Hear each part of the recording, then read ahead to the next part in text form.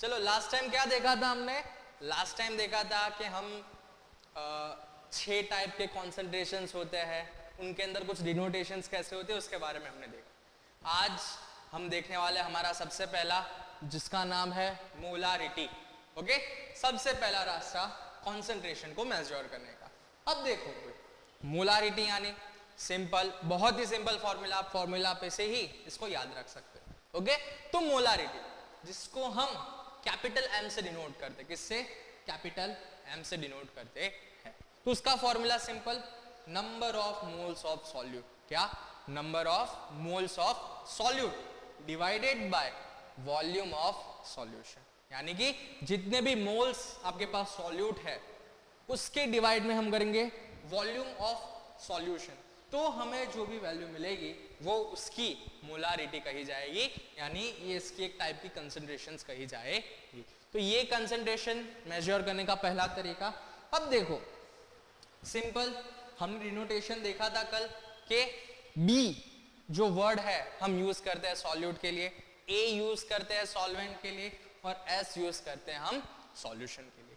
तो पर्टिकुलर जब भी हम कॉन्सेंट्रेशन की बात करेंगे तब हम हमेशा सॉल्यूट को ही हमेशा ऊपर न्यूमरेटर में देखने वाले हैं। ओके, चलो अब इससे ही रिलेटेड एक सिंपल एग्जांपल जो हमें नीचे दिया है। ओके, चलो क्या दिया है? 10 ग्राम ऑफ NaOH।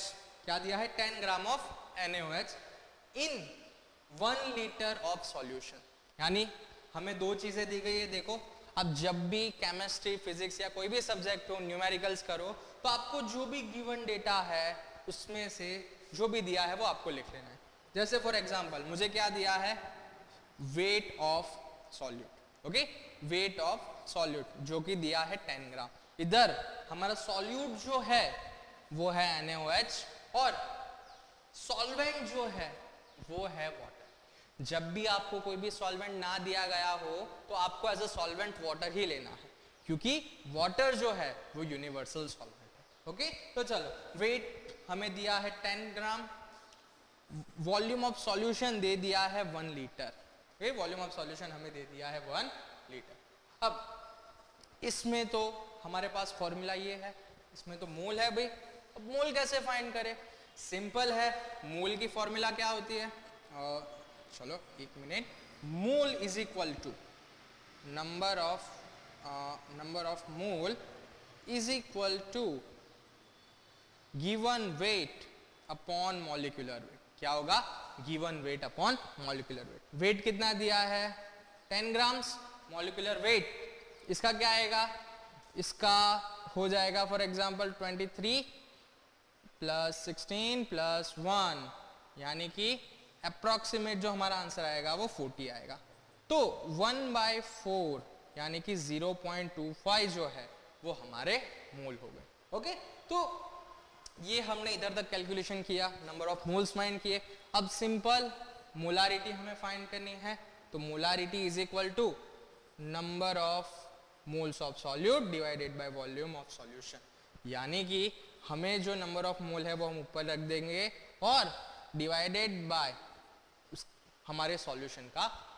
अब यहाँ पे आपको एक चीज इंपॉर्टेंट ध्यान में रखनी है कि आप जब भी वॉल्यूम ऑफ सॉल्यूशन लो वो होना चाहिए लीटर। किसमें होना चाहिए? लीटर में। मिलीलीटर में बिल्कुल भी नहीं चलेगा।